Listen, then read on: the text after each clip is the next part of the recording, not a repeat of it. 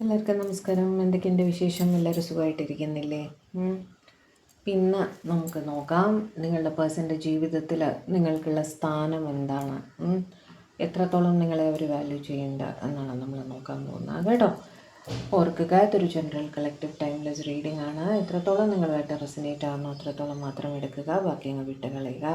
Forcefully റീഡിങ്ങുമായിട്ട് resonate ചെയ്യാൻ ശ്രമിക്കരുത് കേട്ടോ. പേഴ്സണൽ റീഡിംഗ് വേണ്ടവർ തീർച്ചയായും കോൺടാക്ട് ചെയ്തോളൂ, ചെയ്തു തരുന്നതാണ്.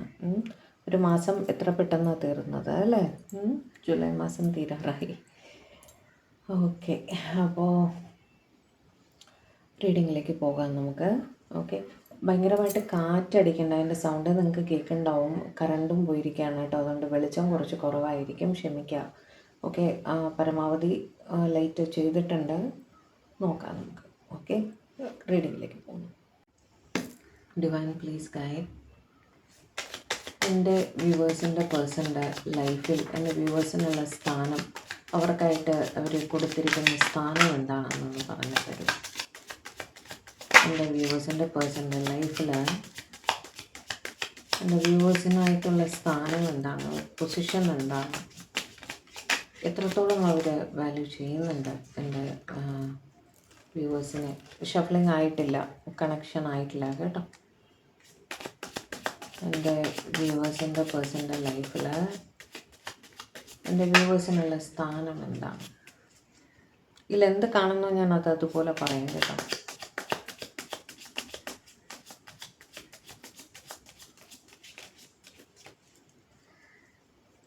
എടുക്കട്ടെ. Knight of wands, page of pentacles, strength, രണ്ട് കാർഡ് വന്നേ. 4 of pentacles, empress, very good. 8 of wands, ശരി. Temperance, 9 of pentacles, excellent. 4 of wands, bottom of the deck. നിങ്ങൾ അവരുടെ ഏറ്റവും ജീവിതത്തിൽ ഏറ്റവും ലക്കി ആയിട്ടുള്ള വ്യക്തിയാണ്. 4 ഓഫ് വാൻഡ്സ് വെച്ചിട്ട് മംഗളകരമായ ഒരു സാന്നിധ്യമാണ് നിങ്ങളെന്ന് അവർ കരുതുന്നുണ്ട്. ഏത് പുതിയ തുടക്കത്തിനും അവർക്ക് നിങ്ങൾ കൂടെ വേണം എന്ന് തന്നെയാണ് അവർ ചിന്തിക്കുന്നത് കേട്ടോ. അതായത് അവരുടെ ലൈഫിന് ഇനിയൊരു ജീവിതത്തിനൊരു എന്താ പറയുക, ഒരു മാരീഡ് ലൈഫിനൊക്കെ ഒരു തുടക്കം ഉണ്ടാകുമ്പോൾ നിങ്ങളാണ് അവിടെ വേണ്ടത് അവരുടെ സ്പൗസായിട്ട് എന്ന് അവർ കരുതുന്നുണ്ട്. നിങ്ങൾക്ക് ഒരുമിച്ചൊരു ലൈഫ് ഉറപ്പായിട്ടും വേണം എന്ന് അവർ കരുതുന്നതായിട്ട് തന്നെയാണ് കാണുന്നത് കേട്ടോ. അതായത് വെരി സ്ട്രോങ് പ്രസൻസ് ആണ്, ലൈഫ് ലോങ് കൂടെ വേണ്ട ഒരു വ്യക്തിയാണ് നിങ്ങൾ എന്നവർ കരുതുന്നു. ഓക്കെ, അവർ നിങ്ങൾ കൂടെ ഉള്ളപ്പോൾ അവർക്ക് ജീവിതത്തിലെല്ലാം മംഗളകരമായി മാത്രമേ നടക്കുകയുള്ളൂ എന്നവർ ഉറച്ചു വിശ്വസിക്കുന്നുണ്ട്. ഓക്കെ, നൈറ്റ് ഓഫ് വാൻഡ്സ് വെച്ചിട്ട് നിങ്ങൾ ഡിസിഷൻസ് മേക്കിങ്ങിൽ, അതായത് തീരുമാനങ്ങൾ എടുക്കാൻ നിങ്ങളുടെ പേഴ്സൺ കുറച്ച് പതുക്കെയാണ്. ഓക്കെ, അവർക്ക് അത്ര ഫാസ്റ്റായിട്ട് ചിന്തിക്കാനുള്ള ഒരു കഴിവ് അത്ര ഇല്ലാത്തൊരു വ്യക്തിയാണെന്ന് എനിക്ക് കാണുന്നു. അവിടെ അവർക്കങ്ങനെ പെട്ടെന്ന് ഒരു തീരുമാനം എടുക്കേണ്ടുന്ന സാഹചര്യം വന്നാൽ അവർ ഓടിയെത്തുക നിങ്ങളുടെ അടുത്തേക്കാണ്. കാരണം നിങ്ങളൊരു ഫാസ്റ്റ് തിങ്കറാണ്, പെട്ടെന്ന് ചിന്തിച്ച് ഉചിതമായ തീരുമാനം എടുക്കാൻ പ്രാപ്തിയുള്ള വ്യക്തിയാണ്. എടുത്തുചാടി തീരുമാനം എടുക്കുമെന്നല്ല ഞാൻ പറഞ്ഞതിൻ്റെ ഉദ്ദേശം. ചിന്തകൾ ഫാസ്റ്റായിട്ട് വളരെ സ്പീഡിൽ ചിന്തിക്കാനും ഉചിതമായിട്ടുള്ള തീരുമാനം, ആ എടുക്കുന്ന തീരുമാനം കറക്റ്റായിരിക്കും. ഉചിതമായ തീരുമാനങ്ങൾ എടുത്ത് ഇവരെ സഹായിക്കാനും പ്രാപ്തിയുള്ള വ്യക്തിയാണ് നിങ്ങൾ. എന്ന് വെച്ചാൽ അവരുടെ ഉപദേഷ്ടാവാണ് നിങ്ങൾ. ഓക്കെ, നിങ്ങളോട് ചോദിച്ചിട്ടേ ഇവരെന്തും ചെയ്യാറുള്ളൂ എന്ന് കാണുന്നു. ഓക്കെ, അതേപോലെ അപ്പോൾ അവരുടെ നിങ്ങൾക്ക് തന്ന സ്ഥാനം എന്താണെന്ന് മനസ്സിലായല്ലോ. അടുത്തത് കമ്മ്യൂണിക്കേഷൻ. നിങ്ങളുടെ പേഴ്സണ് സംസാരിച്ച കാര്യങ്ങൾ പ്രകടിപ്പിക്കാനും ഇത്തിരി ബുദ്ധിമുട്ടുള്ള വ്യക്തിയാണെന്ന് കാണുന്നു കേട്ടോ. എന്ന് വെച്ചാൽ ഇപ്പോൾ ഒരു മീറ്റിംഗ് ആണ്, ഫോർ എക്സാമ്പിൾ നിങ്ങൾ ഒരുമിച്ച് ജോലി ചെയ്യുന്നവരാണെന്ന് വിചാരിക്കൂ. ഒരു മീറ്റിംഗ് ആണ്, നിങ്ങളൊരു ടീമാണ് എന്ന് വിചാരിക്കുക. നിങ്ങളുടെ പേഴ്സൺ കൂടുതലായിട്ടും നിങ്ങളെ കൊണ്ടായിരിക്കും കാര്യങ്ങൾ പറയിക്കുക. ഒരു ക്ലയൻറ്റ് മീറ്റിംഗ് ആണ്, നിങ്ങളുടെ പേഴ്സൺ നിങ്ങളെ കൊണ്ടായിരിക്കും കൂടുതൽ സംസാരിപ്പിക്കുക. ഓക്കെ, കാര്യങ്ങൾ പറഞ്ഞു ഫലിപ്പിക്കാൻ, മുന്നിലിരിക്കുന്ന ആളെ പറഞ്ഞ് ബോധ്യപ്പെടുത്താനും നിങ്ങൾക്കൊരു പ്രത്യേക കഴിവുണ്ട് എന്ന് അവർ കരുതുന്നു കേട്ടോ. അതേപോലെ സ്വയം പ്രസൻറ്റ് ചെയ്യാനും നിങ്ങൾക്ക് നല്ല കഴിവാണ്. നിങ്ങളുടെ ആ പേഴ്സണാലിറ്റി തന്നെ പെട്ടെന്ന് നോട്ടീസബിൾ ആയിട്ടുള്ളൊരു പേഴ്സണാലിറ്റിയാണ്. അപ്പോൾ നിങ്ങളെ മുന്നിൽ നിർത്തിയാൽ ആ കാര്യം സക്സസ് ആവുമെന്ന് അവർ കരുതുന്നു. ഓക്കെ, എന്ന് വെച്ചാൽ അവരുടെ ഉപദേഷ്ടാവാണ്, അവരുടെ വലം കൈയാണ് നിങ്ങൾ. അതായത് നിങ്ങളില്ലാതെ അവർക്ക് ഒന്നും ചെയ്യാൻ അറിയില്ല എന്നുള്ളൊരു സ്ഥിതിയാണ്. ഒരുപാട് ഡിപ്പെൻഡൻ്റ് ആയിട്ട് അവർ ഫീൽ ചെയ്യാറുണ്ട് നിങ്ങളുടെ അടുത്ത്. അടുത്തത്, നിങ്ങളുടെ പേഴ്സൺ ഇച്ചിരി എടുത്തു ചാടി പെട്ടെന്ന് വഴക്കിനൊക്കെ പോകുന്നൊരു വ്യക്തിയായിരിക്കും. ദേഷ്യം കൂടുതലുള്ള വ്യക്തിയായിരിക്കും കേട്ടോ. നിങ്ങളാണ് അവരെ പറഞ്ഞ് ആ ഒരു ദുസ്വഭാവത്തിൽ നിന്നും, അങ്ങനെ എല്ലാവർക്കും ദേഷ്യം വരും. അത് പറഞ്ഞിട്ട് പെട്ടെന്ന് അങ്ങനെ നമ്മൾ റിയാക്റ്റ് ചെയ്യാൻ പാടില്ലല്ലോ. അപ്പോൾ അങ്ങനെ റിയാക്റ്റ് ചെയ്യാൻ പാടില്ല, അങ്ങനെ ചെയ്യുന്നത് തെറ്റാണ്, ആ ഒരു ദേഷ്യം മാറ്റി വയ്ക്കണം എന്നൊക്കെ ഉള്ള രീതിയിൽ അവരെ ഒരുപാട് നിങ്ങൾ പറഞ്ഞ് ഇപ്പോൾ ഒരു ക്ഷമാശീല അല്ലെങ്കിൽ ക്ഷമാശീലനാക്കി മാറ്റിയിട്ടുണ്ട് എന്നാണ് കാണുന്നത് കേട്ടോ. ക്ഷമയുടെ വാല്യൂ എന്താണ്? പെട്ടെന്ന് നമുക്കൊരാളെ പിണക്കാൻ പറ്റും, പക്ഷെ പിണക്കാതെ കാര്യം നേടിയെടുക്കുന്നതിലാണ് കഴിവ് എന്ന് അവരെ പറഞ്ഞ് ബോധ്യപ്പെടുത്തിയത് നിങ്ങളാണ്. ഓക്കെ, അതുകൊണ്ട് തന്നെ പല സ്ഥലത്തും ഇവർക്ക് പ്രശ്നമുണ്ടാകും എന്ന് ഇവർക്ക് അറിയാവുന്ന സ്ഥലങ്ങളിൽ നിങ്ങളെയും കൂടെ അവർ കൊണ്ടുപോകും. അപ്പോൾ ഇതെല്ലാം കണക്റ്റഡായിട്ട് വന്നില്ലേ? തീരുമാനങ്ങൾ എടുക്കാൻ അവരെ സഹായിക്കുന്ന നിങ്ങളാണ്. കമ്മ്യൂണിക്കേഷന് അവരെ സഹായിക്കുന്ന മീഡിയേഷൻ നിങ്ങളാണ്. അതേപോലെ പ്രശ്നങ്ങൾ ഉണ്ടാവാൻ സാഹചര്യമുള്ള സ്ഥലങ്ങളിലേക്ക് നിങ്ങളെ കൂടി അവർ കൊണ്ടുപോകും. കാരണം നിങ്ങൾ പ്രശ്നമില്ലാത്ത രീതിയിൽ കാര്യങ്ങൾ പറഞ്ഞു ഫലിപ്പിക്കും എന്നവർക്കറിയാം. അതേപോലെ സേവിങ്സിൻ്റെ മഹത്വം നിങ്ങളാണ്. ഇൻവെസ്റ്റ്മെൻറ്റ്സ് ചെയ്യാൻ അവരെ പ്രേരിപ്പിച്ചത് നിങ്ങളാണെന്ന് കാണുന്നു. ഇവർ ഒരുപാട് പൈസ ചിലവാക്കുന്ന രീതിയിൽ അനാവശ്യമായ കാര്യങ്ങൾക്ക് വേണ്ടിയിട്ട് പൈസ ഒരുപാട് എടുത്ത് ചിലവാക്കുന്ന ഒരു വ്യക്തിയാണെങ്കിൽ അവർക്ക് അവിടെ നിങ്ങളാണ് ഇൻവെസ്റ്റ്മെൻറ്റ്സ് ചെയ്യണം, ഭാവിയിലേക്ക് കരുതി വെക്കണം എന്നൊക്കെയുള്ള രീതിയിൽ അവരെ പറഞ്ഞ് മനസ്സിലാക്കി നേർവഴിക്ക് കൊണ്ടുവന്ന് നിങ്ങളാണ് അതിലും ഉപദേശിക്കുന്നത്. അവരെ പ്രോപ്പർ ഇൻവെസ്റ്റ്മെൻറ്റ്സ് ഒക്കെ ചെയ്യാനുള്ള ഉപദേശങ്ങൾ കൊടുക്കുന്നതും നിങ്ങൾ തന്നെയാണെന്ന് തന്നെയാണ് കാണുന്നത് കേട്ടോ. അപ്പോൾ ഓവറോൾ ഇവർ എല്ലാ കാര്യത്തിനും നിങ്ങളെ ഡിപ്പെൻഡൻ്റ് ആണ് എന്നാണ് കാണുന്നത്. ഫൈനാൻഷ്യൽ മാറ്റേഴ്സ് ആവട്ടെ, ഈ മറ്റുള്ളവരോട് സംസാരിക്കുന്ന കാര്യമാവട്ടെ, ക്ലയൻറ്റ് ഡീൽ ചെയ്യുന്നതാവട്ടെ, ചെറിയ തീരുമാനങ്ങൾ എടുക്കാനാവട്ടെ, എല്ലാം നിങ്ങൾ അവർക്ക് കൂടെ വേണം എന്നൊരു സിറ്റുവേഷനാണ്. ഓക്കെ, അതേപോലെ നിങ്ങൾ അവരുടെ ജീവിതത്തിൽ ഒരു എംപ്രസ്സാണ്. നിങ്ങളാണ് അവരെ കെയർ ചെയ്യുന്നതും നിങ്ങൾ അവരുടെ കാര്യങ്ങൾ അന്വേഷിച്ച് ചെയ്യുന്നതും സമയാസമയത്തിന് കഴിച്ചോ ഉറങ്ങിയോ എന്നൊക്കെയുള്ള രീതിയിൽ എല്ലാം ഒരമ്മ കുഞ്ഞിനെ നോക്കും പോലെയാണ് നിങ്ങൾ അവരുടെ കാര്യങ്ങൾ നോക്കുകയും ചെയ്യുകയും ചെയ്യുന്നത്. ഓക്കെ, അതുകൊണ്ട് തന്നെ എന്ത് തീരുമാനം എടുക്കാനും അവർ നിങ്ങൾക്ക് വേണം. അതേപോലെ നിങ്ങളുടെ കെയർ അവർക്ക് വളരെ ഇമ്പോർട്ടൻ്റ് ആണ്. നിങ്ങളുടെ ആ സ്നേഹത്തിൻ്റെ ബലത്തിൽ അല്ലെങ്കിൽ ആ കെയറിൻ്റെ ബലത്തിലാണ് അവർ മുന്നോട്ട് പോയിക്കൊണ്ടിരിക്കുന്നത്. ഇമോഷണലി കുറച്ച് വീക്കായിട്ടൊരു വ്യക്തിയാണ് നിങ്ങളുടെ പേഴ്സൺ എന്ന് കാണുന്നുണ്ട് കേട്ടോ. പെട്ടെന്ന് സങ്കടപ്പെടുകയും പെട്ടെന്ന് ദേഷ്യപ്പെടുകയും അങ്ങനെയൊക്കെ ചെയ്യുന്ന ഒരു വ്യക്തിയാണ്. അവരെ ഒന്ന് പറഞ്ഞ് മനസ്സിലാക്കി വരുതിക്ക് നിർത്താൻ നിങ്ങൾക്ക് മാത്രമേ കഴിവുള്ളൂ. കാരണം നിങ്ങളിൽ അവർ ഭയങ്കര ആകൃഷ്ടരാണ്. നിങ്ങളുടെ രൂപമാവട്ടെ, ഭാവമാവട്ടെ, സംസാരമാവട്ടെ, നിങ്ങൾ കൊടുക്കുന്ന സ്നേഹം, കെയർ എല്ലാം അവർ അഡിക്റ്റഡാണ് നിങ്ങളുടെ മേലെ എന്നൊരു സിറ്റുവേഷനാണ്. അപ്പോൾ ആ കരുതൽ അതവർക്ക് എന്നും വേണം എന്ന് തന്നെ കരുതുന്നു. നിങ്ങളവരുടെ ലൈഫിൽ എംപ്രസ്സാണ്. എംപ്രസ്സിനൊരു പകരക്കാരി അല്ലെങ്കിൽ പകരക്കാരനില്ല, മനസ്സിലായില്ലേ? നിങ്ങളാണ് അവരുടെ ജീവിതത്തിനെ മുന്നോട്ട് കൊണ്ടുപോകുന്നത് എന്നുള്ള രീതിയാണ്. നിങ്ങളാണ് അവരുടെ ജീവിതത്തിനെ ഭരിക്കുന്നത്, മനസ്സിലായില്ലേ?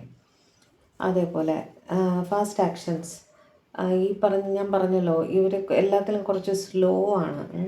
അപ്പോൾ മടിയായിരിക്കും. ഇപ്പോൾ സ്വതേ മടി പിടിച്ചിരിക്കുന്ന ഒരു വ്യക്തിയാവാനും സാധ്യതയുണ്ട് നിങ്ങളുടെ പേഴ്സൺ. ഇത് എസ്പെഷ്യലി നിങ്ങളുടെ സ്പൗസാണെന്ന് എനിക്ക് കാണുന്നു കേട്ടോ. എംപ്രസും 8 ഓഫ് വൺസും ഒരുമിച്ച് വന്നിരിക്കുന്നതുകൊണ്ട് എനിക്ക് നിങ്ങളവരുടെ കുഞ്ഞുങ്ങളുടെ അമ്മ അച്ഛനാവാനും സാധ്യതയുണ്ടെന്ന് കാണുന്നുണ്ട്. അപ്പോൾ ഇവർ സ്വതേ ഇച്ചിരി സ്ലോ ആണ് എല്ലാ കാര്യത്തിനും. രാവിലെ എണീച്ച് വരാൻ തന്നെ മടിയായിരിക്കും. അപ്പോൾ നിങ്ങൾ പുഷ് ചെയ്തിട്ട് വേണം എല്ലാ കാര്യങ്ങളും സ്പീഡപ്പ് ചെയ്ത് മുന്നോട്ട് കൊണ്ടുപോകാൻ. ഇപ്പോൾ ഇവിടെ കൂടുതലായിട്ട് എനിക്ക് ഡിപ്പെൻഡൻസിയാണ് ഫീൽ ചെയ്യുന്നത് കേട്ടോ. നിങ്ങളുടെ പേഴ്സൺ നിങ്ങളുടെ മേലെ ഡിപ്പെൻഡൻ്റ് ആണ്. ഒരുപാട് നിങ്ങളില്ലാതെ കാര്യങ്ങൾ സ്വയം ചെയ്യാൻ ഇവർക്ക് അറിയില്ല എന്നൊരു സിറ്റുവേഷനാണ്. അപ്പോൾ എല്ലാം ഇങ്ങനെ ഉന്തിത്തള്ളി അവരെ കൊണ്ട് കാര്യങ്ങൾ ചെയ്യിക്കുന്ന നിങ്ങളാണ്. മടി പിടിച്ചിരിക്കുമ്പോൾ ബലം പ്രയോഗിച്ച് റെഡിയാക്കി ഓഫീസിൽ വിടുന്നതോ അല്ലെങ്കിൽ ചെയ്യാൻ മടിച്ചിരിക്കുന്ന കാര്യങ്ങൾ ഒന്ന് പുഷ് ചെയ്ത് ഫിനിഷ് ചെയ്യിക്കുന്ന എല്ലാം നിങ്ങളാണ്. എന്ന് തന്നെ കാരണം. നിങ്ങൾ ഈ ഒരുപാട് എനർജി ഇതിൻ്റെ മേലെ സ്പെൻഡ് ചെയ്യുന്നുണ്ട്. നിങ്ങളുടെ പേഴ്സണിന് മേലെ നിങ്ങളുടെ ഒരുപാട് എനർജി നിങ്ങൾ സ്പെൻഡ് ചെയ്യുന്നുണ്ട്. ഇവരെ സംസാരിച്ച് ഈ പറഞ്ഞ പോലെ കുത്തിപ്പൊക്കി കാര്യങ്ങൾ ചെയ്യിച്ച് അങ്ങനെ ഓരോന്നും നോക്കി നോക്കി ചെയ്ത് കൊടുക്കേണ്ടുന്ന ഒരു സാഹചര്യമാണ് അവിടെ കാണുന്നത് കേട്ടോ. നിങ്ങളത് ക്ഷമയോടെ ചെയ്യുന്നുണ്ട് എന്നുള്ളതാണ്. പിന്നെ നിങ്ങളുടെ അടുത്ത് വന്നിരിക്കുമ്പോൾ നിങ്ങളോടൊരു 2 വാക്ക് സംസാരിക്കുമ്പോൾ നിങ്ങൾ അവരെ സമാധാനിപ്പിക്കുമ്പോൾ അവർക്ക് വല്ലാത്തൊരു മനസ്സമാധാനമാണ്. അവർ അറ്റ് പീസാണ്. ഇപ്പോൾ മനസ്സിലായില്ലേ? വളരെ ശാന്തമായിട്ട് സമാധാനമായിട്ടാണ് അവരുടെ ലൈഫ് ഇപ്പോൾ പോയിക്കൊണ്ടിരിക്കുന്നത്. കാരണം എന്താ? നിങ്ങളുടെ സാന്നിധ്യം. നിങ്ങൾ അവരെ ലൈഫ് ബാലൻസ് ചെയ്യാൻ പഠിപ്പിച്ചു, ഇമോഷൻസ് ബാലൻസ് ചെയ്യാൻ പഠിപ്പിച്ചു, ഫൈനാൻസസ് ബാലൻസ് ചെയ്യാൻ പഠിപ്പിച്ചു.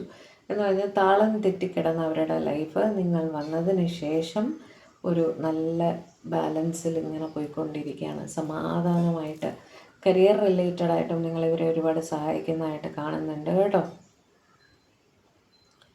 അങ്ങനെയാണ് എനിക്ക് ഫീൽ ചെയ്യുന്നത്. അതേപോലെ സെൽഫ് റെസ്പെക്റ്റ് എന്നുള്ള കാര്യം, അത് എത്ര ഇമ്പോർട്ടൻ്റ് ആണെന്ന് നിങ്ങൾ ഇവർക്ക് പറഞ്ഞു കൊടുത്തിട്ടുണ്ട്. പണ്ടൊക്കെ എന്ന് വെച്ചാൽ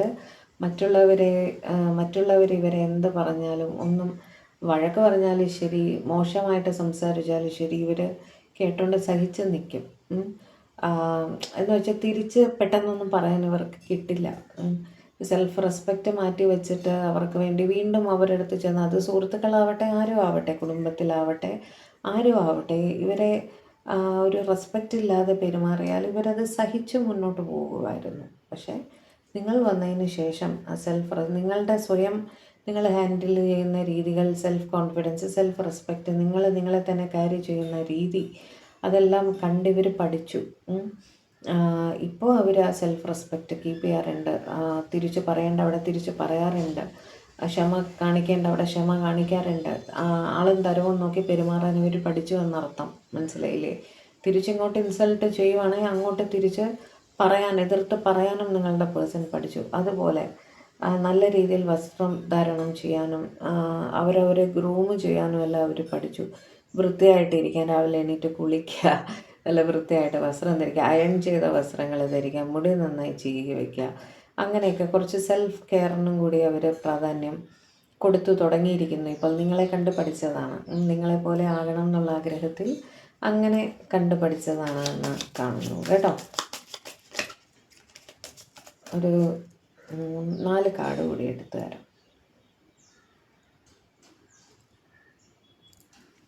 നിങ്ങൾ അവരെ സ്പിരിച്വലായിട്ടും കൂടി കുറേ കാര്യങ്ങൾ പറഞ്ഞു കൊടുത്തിട്ടുണ്ടെന്ന് പറയുന്നു. ഇവർക്ക് അങ്ങനെ ആസ്ട്രോളജിയിലോ ടാരോയിലോ ഒന്നും വിശ്വാസമില്ലാത്ത വ്യക്തികളായിരുന്നിരിക്കണം. പക്ഷെ നിങ്ങളുടെ കൂടെ വന്നതിന് ശേഷം നിങ്ങളവരെ ഇതിലേക്കൊക്കെ ഇൻട്രൊഡ്യൂസ് ചെയ്ത്, ഒക്കൾട്ടിലേക്ക് ഇൻട്രൊഡ്യൂസ് ചെയ്തു എന്ന് കാണുന്നുണ്ട്. ഇപ്പോൾ നിങ്ങൾ ഒരുമിച്ച് ടാരോ റീഡിംഗ് ഒക്കെ കാണാറുണ്ടായിരിക്കും. ഒരുപക്ഷെ ഒരുമിച്ച് ഒരു റീഡിംഗ് എടുത്തിരിക്കാം. ഓക്കെ.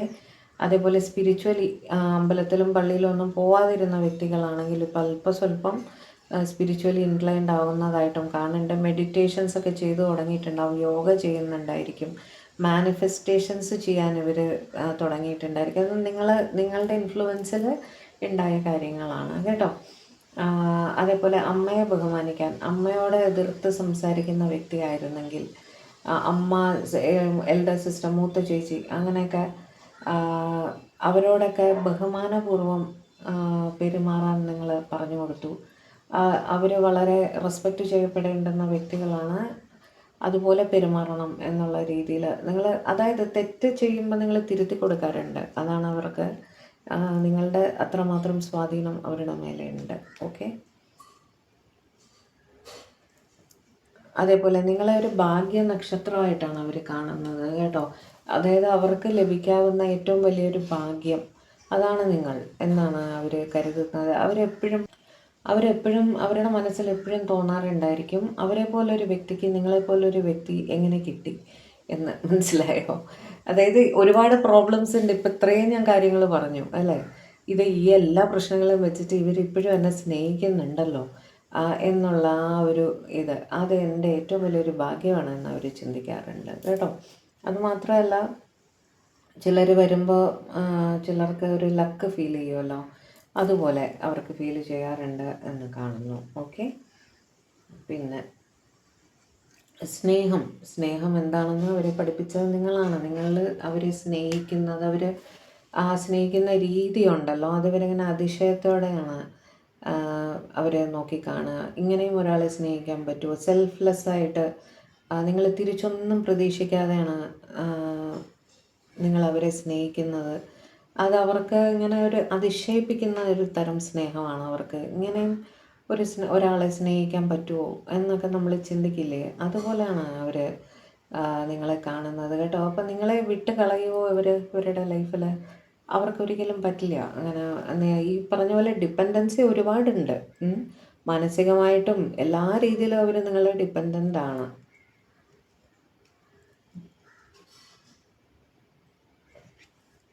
വളരെയധികം എന്താ പറയുക, പ്രാക്ടിക്കലായിട്ട് ചിന്തിക്കുന്ന ഒരു വ്യക്തിയാണ് നിങ്ങളെന്ന് അവർക്ക് തോന്നാറുണ്ട് കേട്ടോ. അതുകൊണ്ട് തന്നെ ഇമോഷൻസിനേക്കാൾ കൂടുതലായിട്ട് പ്രാക്ടിക്കലി ചിന്തിക്കേണ്ടുന്ന സ്ഥലങ്ങളിൽ അതുപോലെ ചിന്തിച്ചാണ് നിങ്ങൾ തീരുമാനം എടുക്കുന്നത്. നിങ്ങളുടെ പേഴ്സണെ പറ്റിക്കാൻ എളുപ്പമായിരിക്കും. നിങ്ങളുടെ പേഴ്സണെ മറ്റുള്ളവർ പറ്റിക്കാറുമുണ്ട്, പറ്റിക്കാൻ എളുപ്പവുമാണ്. കാരണം ചിന്താശീലം കുറവാണ്. എടുത്തുചാടി കാര്യങ്ങൾ ചെയ്യുന്നുണ്ടാവും. അവിടെ എന്താ പറയുക, നിങ്ങളാണ് ഒന്ന് അവരെ തടഞ്ഞു തരില്ല, നമുക്കൊന്ന് ആലോചിച്ച് ചെയ്യാം.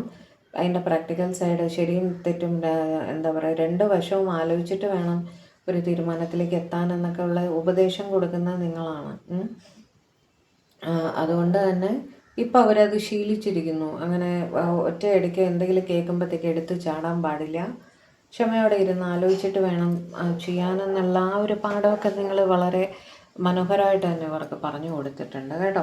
കൂടുതലായിട്ടും നിങ്ങളെ അവരൊരു ഉപദേഷ്ടാവായിട്ട്, അവരുടെ പാർട്ട്ണറായിട്ട്, എന്താ പറയുക, ഫൈനാൻഷ്യൽ അഡ്വൈസറായിട്ട്, അവരുടെ കാമുകൻ കാമുകി, അങ്ങനെ പിന്നെ സെൽഫ് റെസ്പെക്റ്റ് പഠിപ്പിച്ച വ്യക്തിയായിട്ട്, ഏറ്റവും സമാധാനം കൊടുക്കുന്ന ഒരു വ്യക്തിയായിട്ട് എല്ലാമാണ് അവർ നിങ്ങളെ കാണുന്നത്. നിങ്ങൾ ഫൈനാൻഷ്യലിയും നിങ്ങളുടെ പേഴ്സണെ ഹെൽപ്പ് ചെയ്യാറുണ്ടെന്ന് തന്നെ കാണുന്നു കേട്ടോ.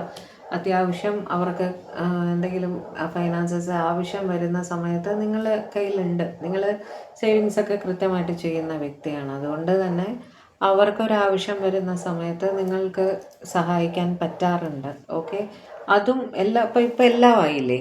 ഇമോഷണലായി, ഫിസിക്കലായി, ഫൈനാൻഷ്യലായി, തീരുമാനങ്ങൾ എടുക്കാനുള്ള കാര്യമായി.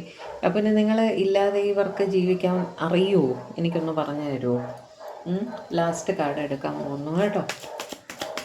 അപ്പോൾ നിങ്ങളിപ്പോൾ എന്താണ്? ഓൾറൗണ്ടറാണ്. അവരുടെ ജീവിതത്തിലെ ഒരു ഓൾറൗണ്ടറാണ് എന്നാണ് കാണുന്നത് കേട്ടോ. King of pentacles. നിങ്ങളെ അവരവരുടെ പാർട്ട്ണറായിട്ട് തന്നെയാണ് കാണുന്നത്. നിങ്ങളുടെ സ്ഥാനം, അത് സ്ത്രീ ആയാലും പുരുഷനായാലും, ആണാണെങ്കിൽ നിങ്ങളിൽ ആരാണോ ആണ്, അയാൾ മറ്റേ ആളെ ഭാര്യയായിട്ട് കാണുന്നു. നിങ്ങളൊരു സ്ത്രീ ആണെങ്കിൽ നിങ്ങൾ അവരെ ഭർത്താവായിട്ട് കാണുന്നു. ആ ഒരു ഈക്വൽ ഷെയർ ഓഫ് റെസ്പോൺസിബിലിറ്റി, അതേപോലെ അത് എൻ്റെ, നിൻ്റെ എന്നല്ലാതെ നമ്മുടെ എന്നുള്ള രീതിയിൽ ചിന്തിക്കുക. അങ്ങനെയൊക്കെയാണ്. അത് ഫൈനാൻഷ്യൽ ആവട്ടെ, റെസ്പോൺസിബിലിറ്റീസ് ആവട്ടെ, എന്ത് തന്നെ ആവട്ടെ, പ്രോബ്ലംസ് ആവട്ടെ, ഹാപ്പിനെസ് ആവട്ടെ, എന്ത് തന്നെ ആവട്ടെ, അത് നമ്മുടെയാണ് എന്നാണ് നിങ്ങൾ ചിന്തിക്കുന്നത്. അത് എൻ്റെ, നിൻ്റെ എന്നല്ല, നമ്മുടെ എന്നുള്ള രീതിയിൽ അങ്ങനെ ചിന്തിച്ച് പോകാനാണ് അവരെ കരുതുന്നത് കേട്ടോ. മറ്റേ ആളെ ഒരു പാർട്ട്ണറായിട്ട് കാണുന്നു എന്ന് പറയുമ്പോൾ എത്രമാത്രം ഇമ്പോർട്ടൻസ് അവർ നിങ്ങൾക്ക് ലൈഫിൽ തരുന്നുണ്ട് എന്നുള്ളത് മനസ്സിലായല്ലോ. അപ്പോൾ നിങ്ങൾക്ക് ഒഴിച്ചുകൂടാൻ പറ്റാത്തൊരു പൊസിഷൻ നിങ്ങളുടെ പേഴ്സൻ്റെ ലൈഫിലുണ്ട്. ഇത്രയും കാര്യങ്ങൾക്ക് അവർക്ക് നിങ്ങളെ ആവശ്യമുണ്ട്. ഓക്കെ, അപ്പോൾ പൊസിഷൻ മനസ്സിലായല്ലോ. വെരി സ്ട്രോങ് പൊസിഷനാണ്. ഞാൻ എംപ്രസിൻ്റെ കാർഡ് പറഞ്ഞപ്പോൾ എന്താ പറഞ്ഞത്? അവരുടെ ജീവിതം ഭരിക്കുന്നത് നിങ്ങളാണ്. മനസ്സിലായില്ലേ? അത്ര സ്ട്രോങ് പൊസിഷനിലാണ് നിങ്ങൾ അവരുടെ ലൈഫിൽ നിൽക്കുന്നത് കേട്ടോ. അപ്പോൾ ഇന്ന് അത്രയും മതി.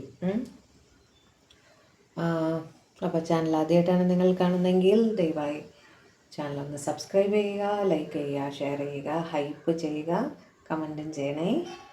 പേഴ്സണൽ റീഡിംഗ് വേണ്ടവർ തീർച്ചയായിട്ടും കോൺടാക്ട് ചെയ്തോളൂ. അപ്പോൾ മറ്റൊരു റീഡിങ്ങുമായിട്ട് നമ്മൾ തമ്മിൽ കാണും വരെ എല്ലാവരും ഹാപ്പി ആയിട്ടിരിക്കുക, സേഫ് ആയിട്ടിരിക്കുക, ഡിവൈനുമായിട്ട് കണക്റ്റഡ് ആയിട്ടിരിക്കുക. May God bless you all. By.